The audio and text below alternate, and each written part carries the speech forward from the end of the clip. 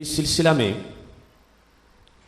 جو کام کوئی بندہ تنہائی میں بیٹھ کے کرے تو ثواب ہے، وہ اجتماع میں بیٹھ کے کرے تو پھر بھی ثواب ہے۔ جو بات انفرادی طور پر ذکر کریں تو رحمتوں کا نزول ہوتا ہے، اگر اجتماعی طور پر کریں تو پھر بھی رحمتوں کا نزول ہوگا، اور اگر ریا سے پاک وہ محفل ہوگی تو اس کے لیے پھر خصوصی مزید اہتمام بھی ہوگا۔ اس ذکر پر لفظ احتفال عربی زبان میں اور ہمارے عرف میں لفظ محفل بولنا، اور پھر بطور خاص اس کو عید سمجھنا، اور نبی اکرم نور مجسم شفیع معظم صلی اللہ علیہ وسلم کی آمد کے دن کو یوم عید میلاد النبی صلی اللہ علیہ وسلم سمجھنا، ذکر کرنا، لکھنا اور اس کا چرچا کرنا۔ اگر انسان غیر جانبدار ہو کر سوچے تو یقیناً اس میں کسی طرح بھی کوئی ابہام نہیں ہے۔ رمضان المبارک کے پر نور لمحات میں اس موضوع کو شروع کرتے ہوئے تمام حضرات اور خواتین جتنی بھی یہاں پہ مرد و زن کی حاضری ہے، اور بعد میں بھی جو لوگ اس تقریر کو سنیں گے انشاءاللہ، اور اب دنیا کے مختلف ممالک میں جو پیغام جا رہا ہے، سب سے میری درخواست ہے کہ غیر جانبدار ہو کر ان باتوں کو سنیں، توجہ کریں۔ انشاءاللہ یہ موسم رمضان کی برکت ہے کہ شکوک و شبہات دور ہو جائیں گے اور یقین والوں کا یقین مزید دوبالا ہو جائے گا۔ عید عربی زبان کا لفظ ہے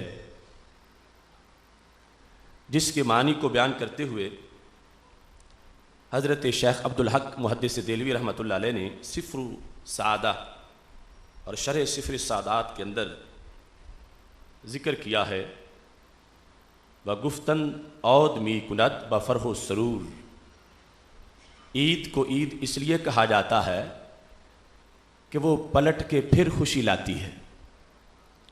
عود کا معنی ہوتا ہے لوٹنا، تو یوم عید وہ ہے کہ جب بھی آئے خوشی لے کے آئے۔ عید اسے کہا جاتا ہے جس کا تکرار ہو، یعنی بار بار آئے اور جب بھی آئے خوشی لے کے آئے۔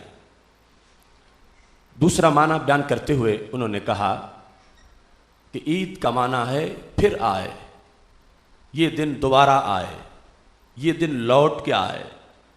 اب جب آیا ہوا ہے اس وقت ہی پھر آنے کی جو بات ہو رہی ہے، تو یہ کہتے ہیں نیک فعلی کی بنیاد پر ہے۔ جس طرح کہ عربی زبان میں لفظ قافلہ، اور ہم اردو میں بھی قافلہ بولتے ہیں، 5-6 بندے مل کے کہیں جا رہے ہوں تو کہتے ہیں قافلہ جا رہا ہے۔ حالانکہ لغوی طور پر عربی زبان میں اس لفظ کا معنی ہوتا ہے سفر سے لوٹ کے واپس آنا۔ جانے کو قافلہ نہیں کہتے، آنے کو قافلہ کہتے ہیں، مگر ہمارے عرف میں جانے والوں کو بھی قافلہ سے تعبیر کیا جاتا ہے کہ جو ابھی جانے لگے ہیں، سفر کیے ہی نہیں، ان کو قافلہ کہا جا رہا ہے، جبکہ لغت میں جو کر کے صحیح سلامت لوٹ کے آئیں تو انہیں قافلہ کہا جاتا۔ تو ایسا کیوں کہا جاتا ہے؟ یہ نیک فعلی ہے کہ جاتے وقت ہی گویا کہہ دیا ہے کہ تم سلامتی سے واپس آ بھی گئے ہو۔ یہ اس کے اندر اصل معنویت ہے، اگرچہ کسی کو معلوم ہو یا نہ ہو۔ تو حضرت شیخ عبدالحق محدث دہلوی رحمۃ اللہ علیہ کہتے ہیں کہ دن آیا عید کا، اور اب پھر اسے عید کہا جا رہا ہے، تو گویا کہ یہ کہا جا رہا ہے لوگوں حیران پریشان نہ ہونا، اگلے سال کا یہ دن گویا کہ آ چکا ہے، یہ لوٹ آیا ہے، یہ واپس آ بھی گیا ہے، سال گزر بھی گیا ہے۔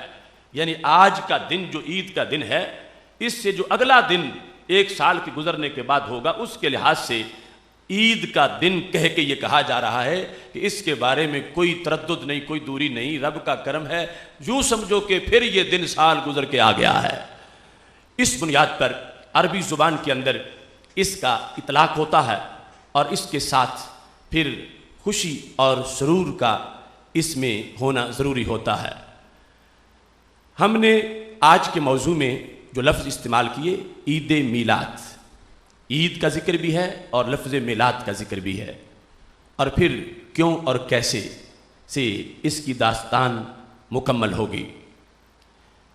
لفظ میلاد اس کے لحاظ سے کچھ لوگوں کو بڑی تشویش ہے اور پوچھتے ہیں یہ صیغہ کیا ہے، اس کا مطلب کیا ہے، اس کا معنی کیا ہے۔ اس سلسلہ میں یہ لسان العرب کی تیسری جلد میرے پاس ہے۔ اس تیسری جلد کے اندر کیونکہ یہ بہت بڑی لغت کی کتاب ہے اور اس کے اندر ابن منظور افریقی نے لغت کی گتھیاں سلجھائی ہیں اور بہت سے امور کو بڑی تفصیل سے بیان کیا ہے۔ تو انہوں نے اس میں لکھا میلاد الرجل اسم الوقت الذی ولد فیہ، میلاد الرجل اسم الوقت الذی ولد فیہ، کسی کا میلاد اس وقت کو کہا جاتا ہے کہ جس وقت میں اس کی ولادت ہوئی ہو۔ میلاد الرجل اسم الوقت الذی ولد فیہ، جس وقت ہم کہتے ہیں میلاد النبی صلی اللہ علیہ وسلم تو مطلب کیا ہوگا؟ وہ وقت جس میں ہمارے نبی علیہ السلام کی ولادت ہوئی۔ میلاد النبی علیہ السلام کا مطلب کیا ہے؟ وہ وقت جس وقت کے اندر ہمارے آقا صلی اللہ علیہ وسلم کی ولادت ہوئی۔ عرب اس کے لیے لفظ مولد استعمال کرتے ہیں، ہمارے عرف میں لفظ میلاد زیادہ طور پر استعمال کیا جاتا ہے۔ تو مولد کے لحاظ سے بھی انہوں نے کہا کہ مولد الرجل وقت ولادتہ، کہ کسی کا مولد اس سے مراد اس کی ولادت کا وقت ہوتا ہے۔ تو اس بنیاد پر اب لفظ میلاد کے ترجمے میں وقت کا مطلب ضرور آئے گا۔ تو جس وقت کوئی شخص یہ کہتا ہے کہ ہم نبی اکرم صلی اللہ علیہ وسلم کا میلاد منا رہے ہیں تو معنی کیا ہے؟ ہم سرکار کی آمد کے وقت کا ذکر کر رہے ہیں۔ ہم نبی اکرم نور مجسم شفیع معظم صلی اللہ علیہ وسلم کی جو دنیا میں جلوہ گری ہے اس وقت کا ذکر کر رہے ہیں۔ انسان کے لیے کچھ زمان یادگار ہوتے ہیں، کچھ مکان یادگار ہوتے ہیں۔ وہ جگہیں جن میں اسے راحت ملی ہو، سرور ملا ہو، عزت ملی ہو، آبرو ملی ہو، انعام ملا ہو، وہ جگہیں بھی اسے یاد رہتی ہیں، اور وہ وقت کے جس میں اس پر رحمتیں برسی ہوں وہ وقت بھی اس کو یاد رہتا ہے۔